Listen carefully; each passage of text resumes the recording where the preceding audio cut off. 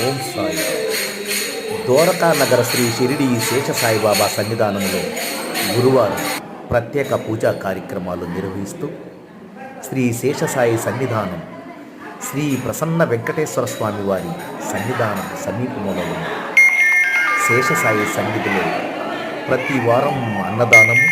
ప్రతి గురువారం ప్రత్యేక పూజా కార్యక్రమాలు నిర్వహిస్తూ అనేక మంది